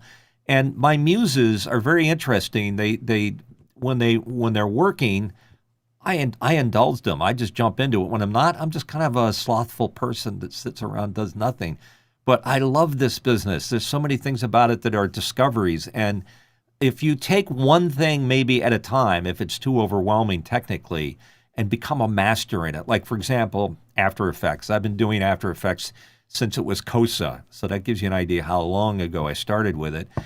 Every single day, there's something else to be learned in it. And the same thing with every other major program. But you can't be an expert in everything. And that spreads your spark out too far. You got to tighten it up and pick the things. So you're like green screen stuff, I got a spark for that. After Effects, got a spark for that. Audio, spark. So pick a few things that you feel that you can be the master of and become the master of them. And it'll keep you going until you can't breathe anymore. Go ahead, Sky. I once heard the story that Bill Gates said he, while going to Harvard, realized he was not going to be the smartest mathematician there. So he took applied math, because you could apply math to anything. And consequently, he's now one of the wealthiest persons.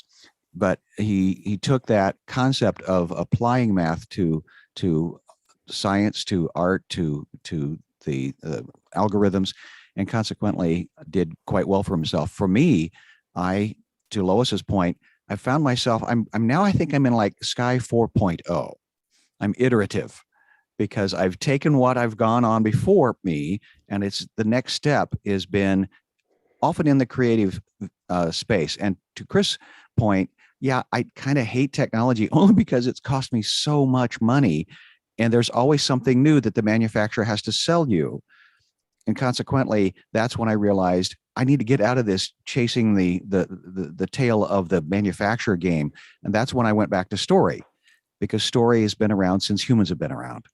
And that's where I see, Alex, to your point of we being a jack of all trades, we're trying to be relevant, we're trying to be loved, we're trying to find our purpose on this earth at this time in our history.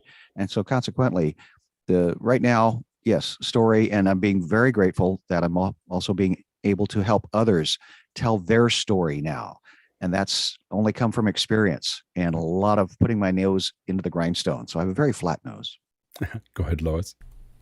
So when you talk about a profession, the production of thing is not a profession for me. In fact, I'm not sure I ever had a profession. I had a company since 1980 called The Organizer, but I would have different clients and I would do different things for them. And so it was never boring. When I'm talking about doing a television show, I'm not doing that anymore. Now I'm doing this video stuff. Radio shows, It changes every week. I've been doing the Davis Garden Show with Don Shore for 16 years, and every week we get new questions from people, and so I learn something new every week. If I were to take Sky's numbering system, I think I'd probably be about 15.3 or something. The spark for me is not in a particular activity. The spark for me is learning something and teaching something. And since I started, I've been doing that in various forms in everything that I do. So I don't think there's any possible chance that I will ever get bored. And the only way I'd lose my spark is if I got depressed or ill or something like that. Go ahead, Chris. The spark is driven by income, and the income is, necessary to keep eating and stuff like that. I think the thing that has always driven me is trying to stay relevant and at least a couple of steps ahead. And I've used this analogy many times, and I think I've even said this here before, but I always feel that like my primary job, especially, in our company, is to, a lot of people get stuck playing in a yard.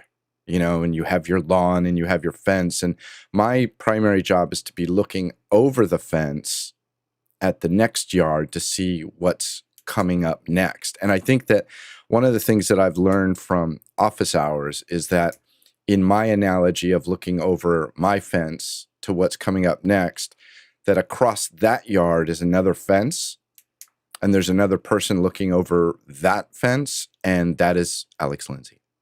I have, and I mean that, Alex, it's a compliment. You are leaps and bounds ahead.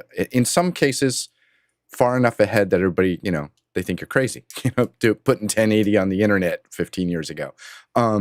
But or maybe more, I can't remember now. But looking forward keeps it a little bit more exciting, because if you just get stuck in the rut of doing today, like I said, this stuff might drive you crazy, but looking forward is what's super interesting. Yeah, I think for me, I like a lot. I like to think about where things go, and I try to look at trajectories. If you take a couple points and you then just extrapolate those out, you can kind of see where things want to go. So you take the points in the past and you say, well, this happened, this happened, this happened, and then you just draw a line through those and then just go look straight out, and you can just see it for decades sometimes of like where this wants to go based on the things that are the trajectories of the things from the near past, or the more you can draw that line, the more you can see that out. And so I'm always trying to stay on that line. The other thing, stay on that trajectory. The other thing that's super interesting is to look at where we are today and then go back 10 years or go back 15 years, and then take that delta and flip it over forward and go, wow. So, we didn't have iPhones 15 years ago. What will we have in 15 years from now? Yeah. Yeah. And I think for me, I'm always trying to figure out, number one is I love doing things excellently. Like I love to figure out a system that makes them work, so that's always been like, someone gave me, there was one time at a seminar, one of my first things, I came to volunteer for a seminar, and I said, I'm ready to be on the team. And they said, we need you to help park cars because we can't have people park in the wrong part of the office park. Can you just park the cars? We'll give you a team of 3 people. And the first time we kind of struggled through it, but then I came back, I didn't do it very well. I came back and said, I want to do it again. This is the thing I want to volunteer for, because I was frustrated that it wasn't great. And by the third one, they had never seen anything like it, and this was just parking cars, because I told everybody to treat it like aircraft.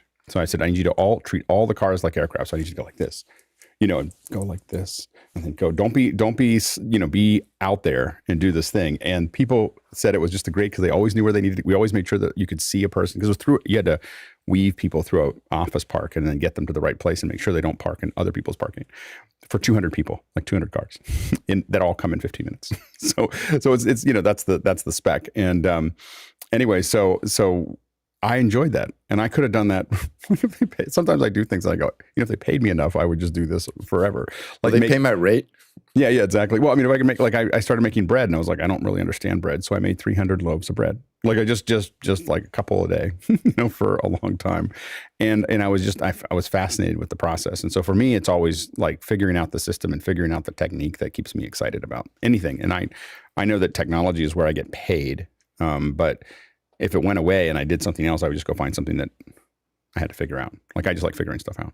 I parked cars in college for 3 days until I wrecked a BMW. They asked me to leave. I once got offered. I had to drive home I had to drive a Ferrari home, because someone for a car wash or something. I stalled it twice, and they decided that was probably not me. It should be the one that should. I Ferris Bueller a Maserati. I didn't get that. It was I stalled it, and then they put somebody else in the chair. They were like, "We're not going to let you drive this." All right, next question. Swidner from Lafayette, Indiana says, Hypercard. Did anyone else start with Hypercard, see the future for interactivity, have a love of photography, and spend the rest of their life merging the possibilities? Yeah, go ahead, Mitchell. I remember the first day I saw Hypercard and went, wow, what is this? Because I'd been using, what was back then the spreadsheet, or was it VisiCalc or something like that, trying to keep track of information. And the Hypercard just appealed to my mental sensibilities, as did a lot of Apple product back then. And the only time that I really stopped with it was when I realized that there's a thing called relationships that you could establish between fields and databases. And I realized that's a good stepping stone, but it's not quite there. So I did try to apply it to my video business, to keeping track of clients, materials and things like that, and it just resonates. It's like when you see something that's well made, it's like a tuning fork goes off in your heart. Let's get back to Valentine's Day, and Hypercard really did that for me. Yeah, Sky. Hypercard was one of the few programs that Apple, at the early days of Macintosh, I had the HabitX and I had the Microsoft, but we also had Mac Paint, which is what originally got me into the Mac to begin with, because I could draw a straight line, and it looked like a straight line because I couldn't do it by hand to save my life. But Hypercard originally had a program called Mist, and it was an adventure video program that I was fascinated with. And as I said, that theme park company was exploring, that I worked for it, the theme park company, they were exploring all different avenues of interactivity. But as it turns out, 20 years later, my daughter actually stayed in Spokane, Washington, and I got to meet the author of Mist, and it was quite the experience. And he's still an artist. Yeah, I made a Hypercard stack to teach the other TDs in the studio that I worked at how the different keyers worked. Yeah, no, it's perfect. Yeah, Bill? Yeah, I didn't spend much time in Hypercard because it wasn't that long after that FileMaker came out. And boy, I dove into FileMaker like a deep swimming pool. I think it had just the right thing for me at the time. I didn't have jobs that Hypercard could solve things on, but FileMaker consumed the next 10 years of my life. Yeah, I in the radio station that I was working at, this was the one I started off as an intern, and I started getting, I asked, why are we using all these, I became music director. I was like, why are we using all these cards? Like, why do we have this little card stack that you're rotating to figure out what's in hot? And, you had hot and medium and light rotation. And then they had the ads, and it would all be in this little weird card stack, for this little station. And they were like, well, the software is $6,000 to, you have to, this PC software that was $6,000 to run the station. I was like, this needs to be all automated. We can't keep on using these cards. And so I just sat down, and I had never seen Hypercard before. I mean, I'd heard about it, and I just downloaded it and started building, and within a month or two, we had a working thing that was running the station. Every ad, every read, of course, the DJs hated it because they had all this room before. That's what I just squeezed as becoming the assistant program director. I just squeezed everything out of it because now I had efficiency, and I knew what they had played and played it against it and everything else.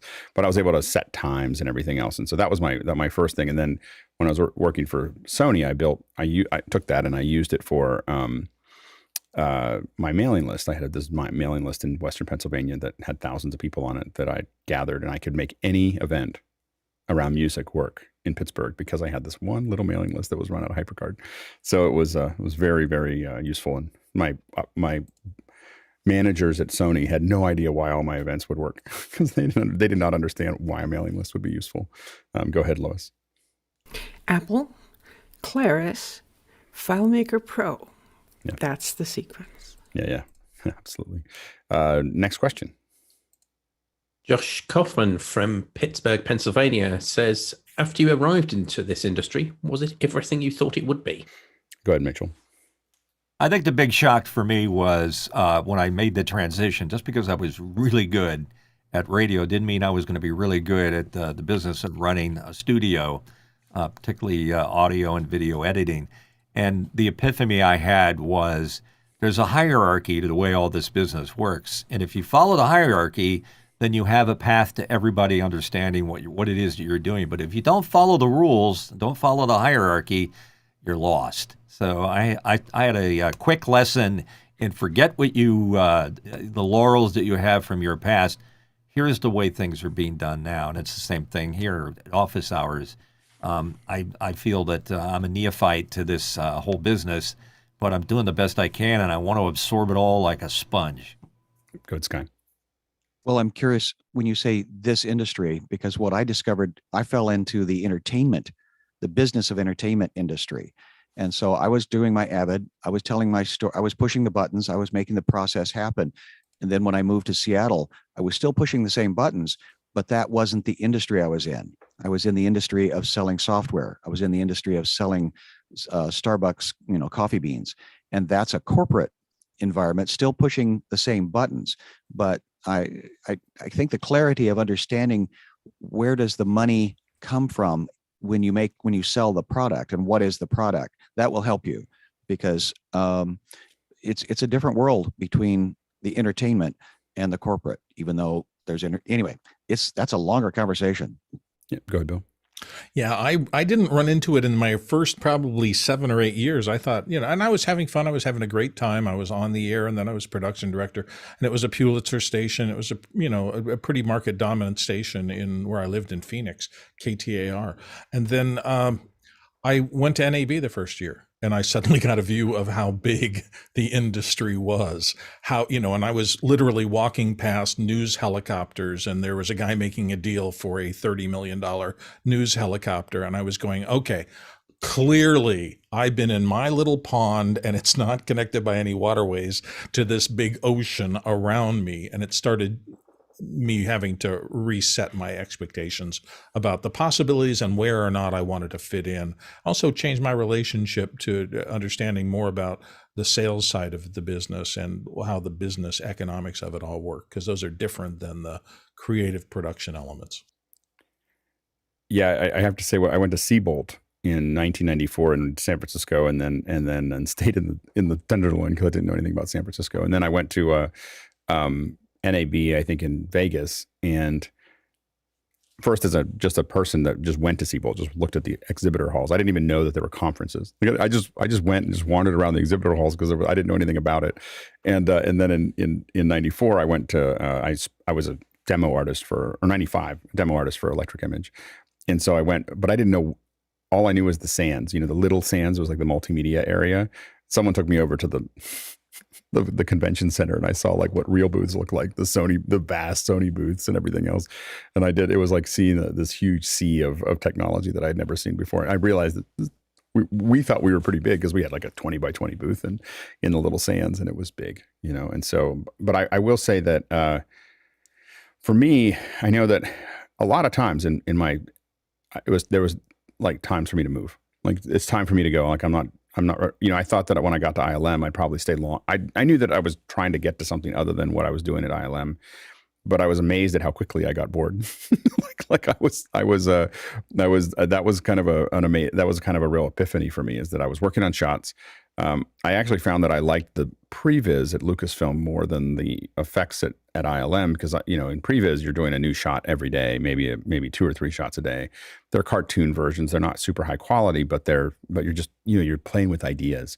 When I got to ILM, I was grinding. It was 1 to 10 weeks per shot. Like you're just sitting there and you're worried about every little piece, and I still. All of that was very valuable. like I approached shows because of that way, but I did get to a point where I was like, I don't want to keep doing this now. And I think that what really pushed it for me was that there was some infrastructural issues at ILM. I will admit that usually when I decide to move, it's because I'm tired of dealing with the things that are around the production, and so for me, conflicts with Local 16, because I wanted to go one direction and they were putting me in a little box.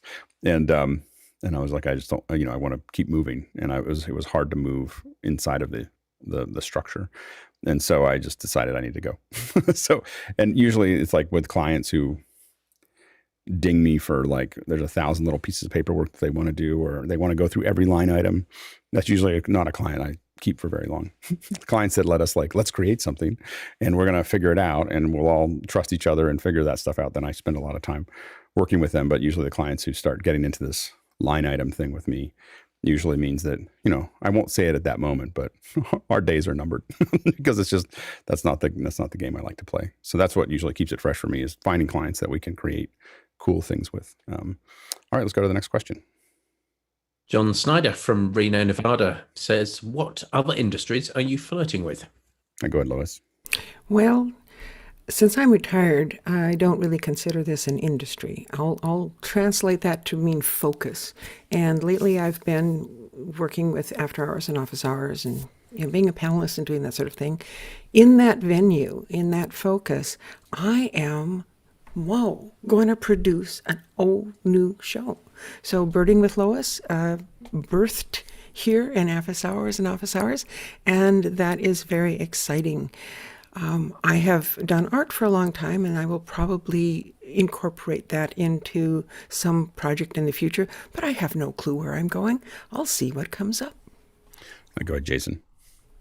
Throughout the better part of my career, I've found myself becoming fascinated for, using existing technologies and kind of weaving them together to solve a particular problem. In this case, recently, I've just kind of found myself bewitched by photogrammetry purely to design my own new studio and the design around ergonomics and like where I want things, because I have too many things and it's difficult first to choose them and then to decide where they should be and then to wire them. I'm finding myself kind of overwhelmed by the possibilities, for example, of using a digital mixer that can truly be routed to anything, anywhere. So what I found is it's interesting, and then for some reason I end up getting paid for it. So here's hoping. Good, Mitchell.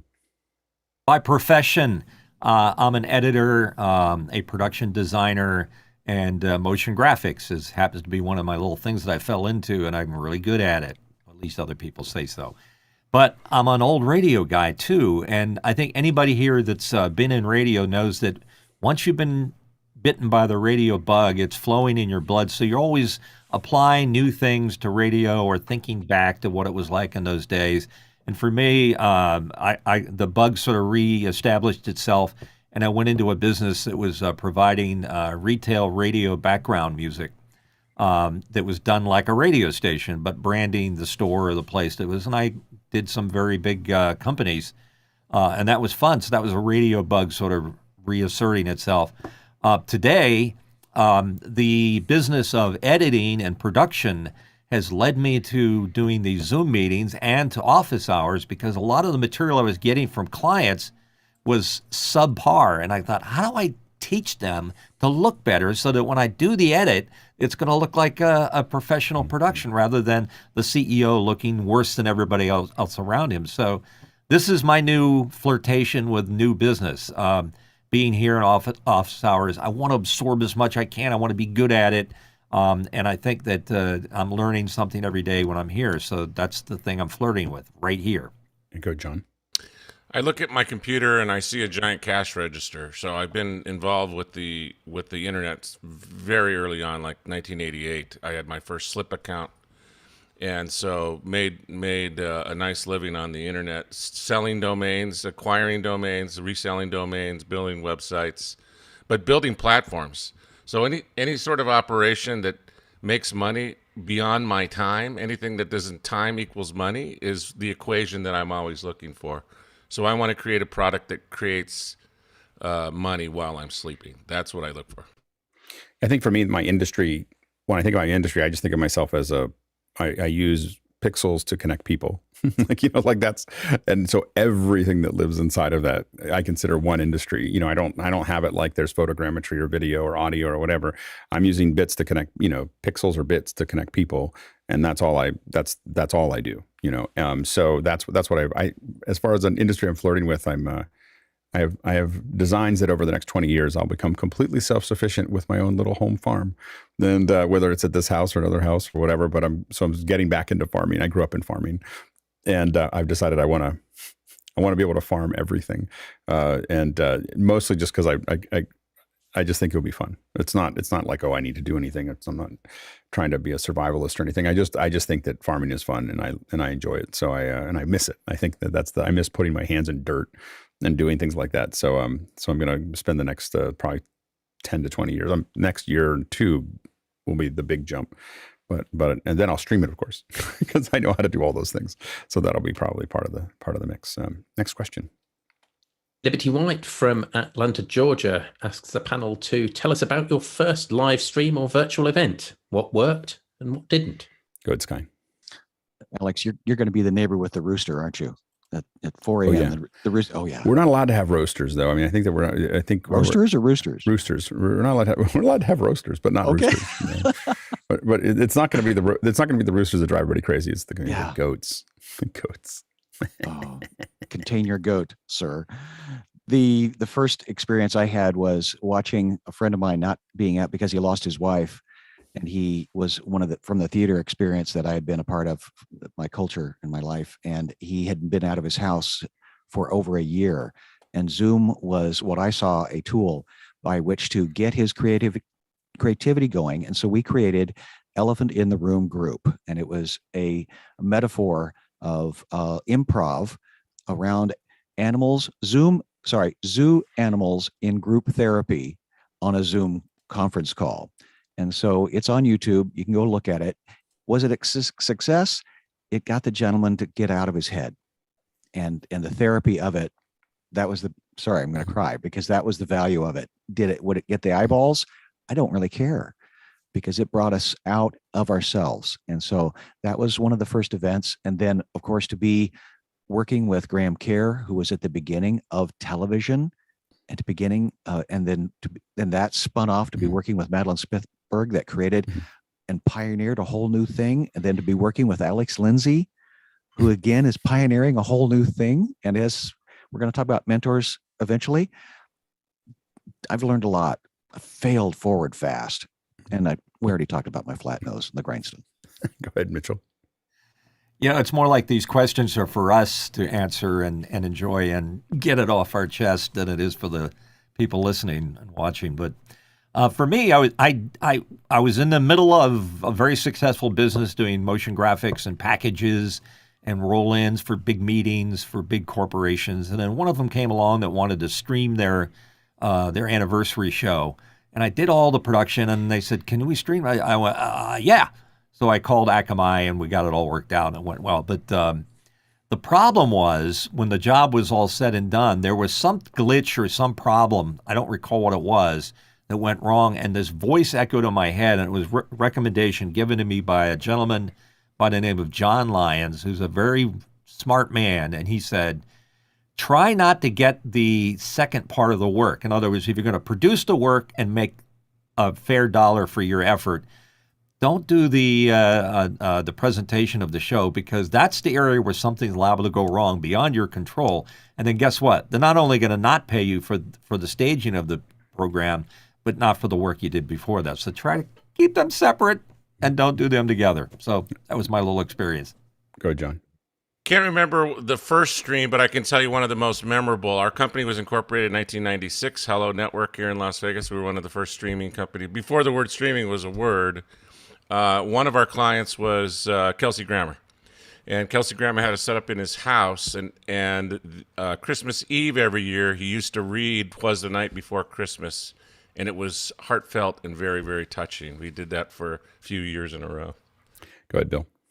I don't think, until I showed up here on Office Hours the first time, I don't think I was aware of streaming things. And I'm wrong about that in this respect. I was doing corporate events, and I think it's quite possible that some of the people that I was working for were taking the video feeds that we were live switching, and they might have been putting them out in some rudimentary streaming process, but I wasn't aware of that. We were putting on the conference, and we were doing multi-camera switches and things like that, but I was pretty unaware of the entire back end. So I showed up here understanding that it was becoming a thing real fast, but not knowing anything about it. And I think that was part of the absolutely exciting charm of the early days of office hours for me, is that I was suddenly being imbued with an entire language and set of concepts that I hadn't really ever taken the time to focus on. I didn't know NDI from a hole in the ground, or 100 other initialisms that are key. I understood almost nothing about the back end of AWS and the rest of those things. So this truly has been a remarkable college postgraduate education, just being here on the panel every day and understanding some basics of the shape of the world beyond the microphone now, which is, I think, critically important going forward. I think if you don't know this, you can't do what I did for all the years before, because this is almost now part and parcel. It's like if you didn't understand the radio flow at the end and how spots got made and things got paid for, none of the rest of it will work. And I think this is equally important in this new world that we're morphing into. Yeah, I think that for me, I told someone I would stream something. I'm not sure if I had ever streamed anything, really. Like, we were fiddling with things, and someone asked me to stream something. It was a couple blocks from our office, and I was like, yeah, sure, we can do that. I'm sure I can figure it out. And in Grant, we weren't getting paid for it. Like, that's usually when this is how I learn how to do things. I'll just do it for free. And if I say I'm going to do it for free, it usually means I'm trying to figure something out. And so anyway, I was like, this is a good opportunity to do it. And so I went down there. I didn't know how to use Ustream. This was probably 2004 or 5 or 6 or something like that. I didn't know how to use Ustream. I couldn't. We lost half the event while I figured out how to log in. And we had a webcam, and we finally got it up, and it was horrible, and the sound didn't work, and we didn't have, like, it was just a complete disaster. And I came back, with a lot of smacks on the head, like, mental smacks on the head. But I came back and I said, I'm going to be the best at this, like, in the world. Like, I didn't like failing so badly. And then in 2017, we did the keynotes for 4 out of the 5 Fortune 5s.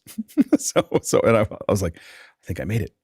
so I was like, I think I figured this out, and then it all ended again. I got to the peak, and then I let it go. All right, next question. OG Productions asks, what has been your most difficult career decision? Go ahead, Jason. Well, I've been streaming since 2006, but it wasn't until recently that I realized I could make some money at it. But no, most difficult career decision. In 2009, I graduated from college with these shiny new degrees, and I went and put on a suit and, got a real big boy interview, with my shiny pieces of paper, and it was at HP. And they asked me at the end of the interview if I had any questions, and I said, "Why'd you buy Compaq?" A hush went over the crowd, and I realized I had just completely talked myself out of any chance at the job at all, ever. From that moment, the most difficult career decision of my life began, which was starting a company instead of getting a job, because I'm sorry, that is a legitimate question, and if that ends my interview, I'm done with you. Go ahead, Sky. That's brilliant. And I watched that happen too. And we were at Microsoft. And anyway, sorry. The most difficult for me was spending $80,000 that I didn't have, using money that I had to borrow, and then watching that purchase not produce anything for me, that physical hardware of an Avid DS system. So the decision I then had to make was, what is that value? And that's where, to Alex's, tenacity of, I'm going to be the best at something. That was my buy-in to, I got to get good at this system, whether I owned it or not. And so the lesson I learned was, it's not about the shiny hardware. And I've not made the hard decisions, Alex, that you've made financially, those, $1 million Tesla pieces of equipment you talk about. But yeah, it's not about the hardware. It really is about the knowledge and the relationships. Go ahead, Mitchell. For me, with the decision not to follow the family business. At the time, my family owned a small company called Eckerd Drugstores, which were coast to coast. I remember going to Eckerd Drugstores. Go ahead, Bill. I remember the moment when I realized, and it was profound for me, that any decision is better than no decision. And it came up because people were coming to me and I watched them as they tried to get some advice from me on how to do video editing and things like that. And I would see people who could not commit.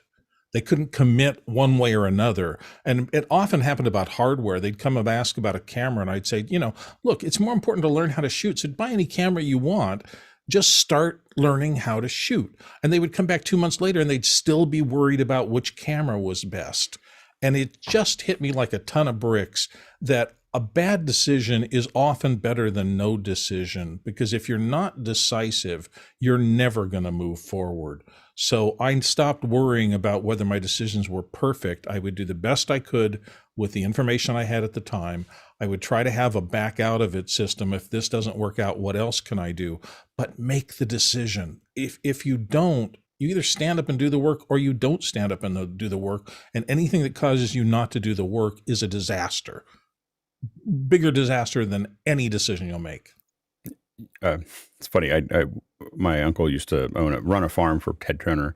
Ted Turner would be, I might have told the story before, he would be, no matter where he was in the world, somebody would show up with a stack of paper, about 20 to 50 things that he had to make a decision about. And they all had yes, no. It was like 6 lines of text and yes, no. And he would go through it as fast as he could read. Just yes, no, yes, no, yes, no, yes. And you couldn't do anything else. Everything had to be, we propose to do this. We propose to do this. Do you agree? And he would just, and it couldn't be long. There was not papers on it. It was just, he just made a decision. And someone asked him one time while they were doing it, he goes, what if you make the wrong decision? He looked at him, he said, well, I'll make another decision tomorrow. It just, he just keep on making, but he would just write, and he just move forward. Next question. Roscoe Jones from Brea, California asks, who were your mentors and who were their mentors? Go ahead, Sky. We're kind of locking these questions up just so people don't have to look, because we're trying to get done. Of the many mentors that I've had, people that I've learned from, I would like to credit Drew Keller, former employee. I think he's still at Microsoft, that gave me the opportunity to work on that Avid DS when it was just sitting there blank. And that gave me the muscle memory to learn a very complicated tool. And so then there are many other mentors that I mentioned earlier, but Drew's one of them. I think for me, it was my father and for all different reasons, my father, my grandfather, my uncle, who got me into engineering stuff. John Knoll, when I was, from the 3 or 4 years before I got to Lucasfilm, I was following everything that John Knoll did. I was like, I just got to follow that path. And so John Knoll was a big one. Today, I would say it's everyone here. Like, this is the folks that, I learn from and that I grow with. So I would say that this is the group. Let's go to the next question. Next up is Liberty White from Atlanta, Georgia. The saying goes, when the student is ready, the teacher appears. Who has that been for you? Go ahead, John. Along those same lines, it's not exact, but I wanted to share this because it helped me in life. My sensei just passed away a couple months back, and I had karate when I was a little guy. Then I went to school. Then I came back and went back into karate. But the ascension of learning is you teaching the levels below you. And so you learn a lot while you're learning to teach other students. They do the same thing in college. When you're getting advanced degrees, master's degree, PhD, you have to go and you have to teach classes. And you absolutely learn more learning to teach it than you do teaching it the first time. Yeah, the best teachers that I've had have been, I used to teach graphics to kids that were 8 to 12 years old in summer camps. And I didn't hold any punches. I just taught them photogrammetry and green screen the way I just taught them the whole stuff. What it forced me to do to teach them that, they, by the way, learn it just as fast as adults, sometimes faster. But it taught me that I had to be able to speak in very concrete terms. I couldn't get it into and it made me a much better teacher, to be able to teach kids how to do something complex. Next question. Sam Squires from Tunbridge Wells in Kent says, my introduction and love for the industry was through Alex, starting with him as a PA, as a college dropout, learning the craft to where I am now at F1. So thank you. Now I love tutoring newcomers to the industry and hopefully be on the panel soon. And we'd love to have you back, Sam. Yeah, you'll find dropping out of college is usually a badge of honor here for me. So I'm usually like I usually have to get over the fact that you graduated college with me. I'm like, well, he did graduate college. I'm not sure if he's going to work out. But anyway, Sam was a great example of someone who just came in and came in as a PA, ready to do whatever was necessary as a PA, and just. No matter how much weight we put on his shoulders, he would just keep on figuring it out. It was amazing. So anyway, I'm excited to have you back in the loop, Sam. All right, next question. Carol Herndon from Raleigh-Durham, North Carolina says, I found live event, AV production, to be a practical application of my video production background. Have not discovered the full income earning potential of creative content production. Do you produce art for passion or for profit? And real quick, because we're over time. Go ahead, Jason.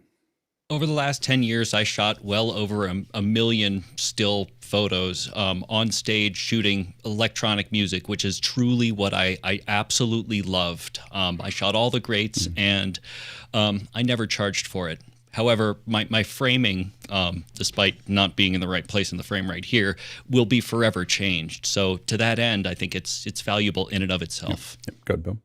Video is the greatest problem-solving tool that's ever been designed because it's visual and audio. You will be paid in commensurate level with the size of the scale of the problems that you solve for people.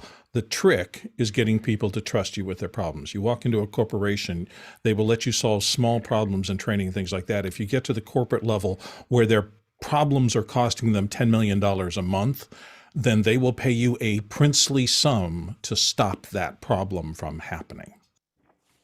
Yeah, absolutely. And I would highly recommend looking at the teams that we have within office hours right now, whether it's the Mobley process, the Belfast method, all the other things that we're doing. Find people here to work with. It's not just that you know how to do it. It's that you know people that know that you know how to do it and know how well you know how to do it. And so getting more and more involved with other teams. If you're not busy, fill your time with learning and being part of a larger network. Next question. Chris Widener from Lafayette, Indiana asks, did anyone get their start with Channel 1 News? I don't think so. No one got, not Channel 1. Oh, go ahead, Jason, quick. I remember Channel 1 News and I loved it. That's about it. Next question. Roscoe Jones from Brea, California wants to know, did Lois celebrate Superb Owl Sunday? Go ahead, Lois. Well, it took me a long time to figure out what the heck you all were talking about. Super Bowl is one word. You break it up in two, Super Bowl or Superb Owl. I didn't get it until right now. So I had a great time Sunday. I didn't watch Super Bowl. But did you find any superb owls? I found lots of little birds. We don't have owls out in the daytime right here.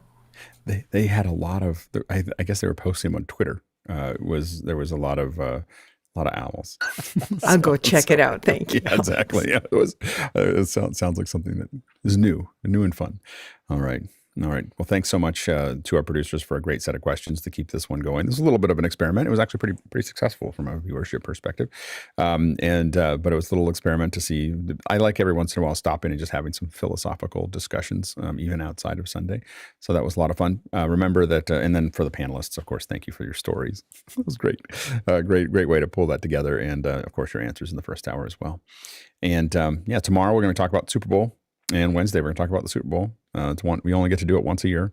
So we'll break down some of the commercials tomorrow and some of the graphics on Wednesday and talk about what we liked and what we didn't like. And Mitchell can complain more about we're going to make him watch the QR code again. Yeah. Watch it bounce around. We'll talk about the trajectory and anyway, so we'll have a lot of fun with that.